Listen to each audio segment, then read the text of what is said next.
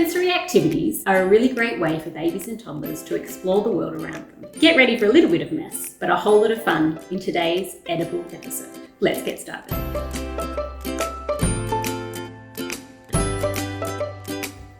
Welcome to Talkable Tips. These are quick videos for busy parents. You might have heard about sensory play, and basically it's any activity that engages a variety of your child's senses, like their sight, their smell, touch, taste, their hearing.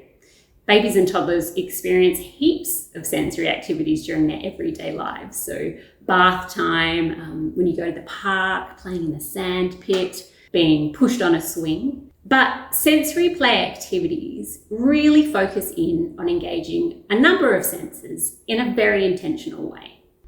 If your family is anything like mine, you might have one child who is a sensory seeker. So they're actively seeking out sensations, while you have another child who's a sensory avoider. They're the one that might really dislike the feeling of sunscreen on their skin, or find it hard to put their feet into their sandals if they're a little bit wet. So my firstborn, Ella, was definitely a sensory seeker, and she put everything in her mouth.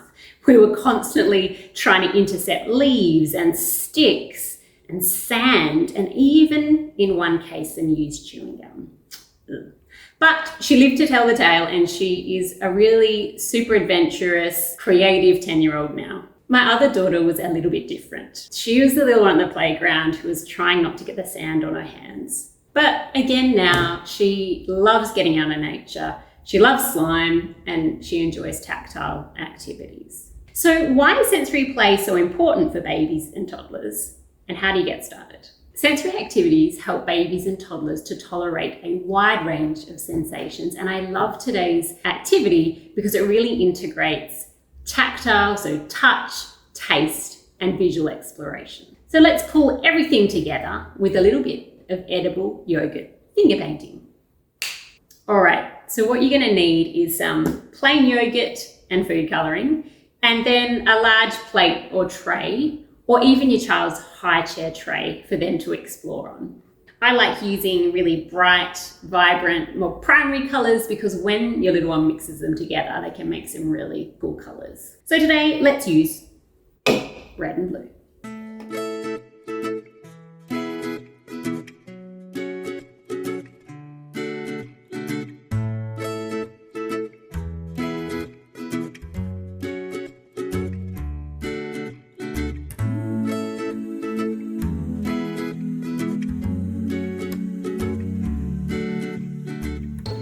In this activity, your little one is learning some great fine motor skills. So they're using their fingers to manipulate the yogurt and to draw, or you could give them a utensil that they could hold on to while they play. They're also exploring and problem solving. So what happens when I mix these two colors together? They're watching that change happen in front of their very eyes. They're also building some great language skills through those back and forth interactions that they're having with you as they explore the yogurt finger paint. Wow, Ella, what are you doing? More painting. More painting. You do a wiggly snake in your paint? Wiggly woo. It's snake. It's a snake. And what does the sound does a snake make?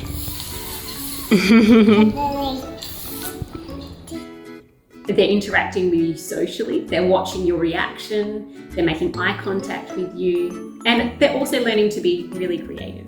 Sensory activities can be incredibly calming for some kids.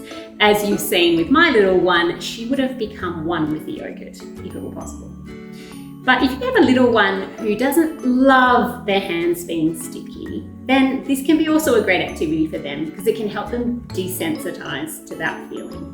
So you might want to start really slowly if that's your little one, and I would help them by giving them something they can use to explore the yogurt with, just so they don't have to jump straight in with their hands. And what you need to do is really resist the urge to wipe their hands immediately, or if they start to complain, really help them learn to tolerate that sticky sensation for as long as they can. Now, in terms of building language, some words and baby signs to work on are paint, eat, taste, yummy, more, finished, mix, And you also might want to talk about some of the colours. more biting. All right, what colour would you like? Some red and blue. Some red and blue. All right. Now, the only tricky thing is that your little one needs to know that they can't play like this if they're using regular paint. So when you're doing this activity, make sure you call it yogurt, because yogurt is edible. And if you are painting with real paints, call that paint. Now, if I were you, I would always use yogurts when you're exploring this kind of finger painting activity with your baby or toddler, because they're going to want to use all of their senses.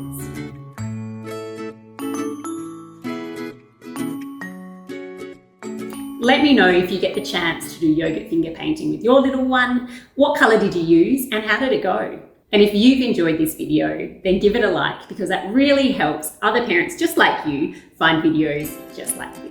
And I am posting new videos every Wednesday, so make sure you don't miss out by subscribing to the channel and clicking notifications. For other great activities that promote language development and are completely free, check out my video of fun and free activities for you and your toddler, and I will link to it right here. See you next week.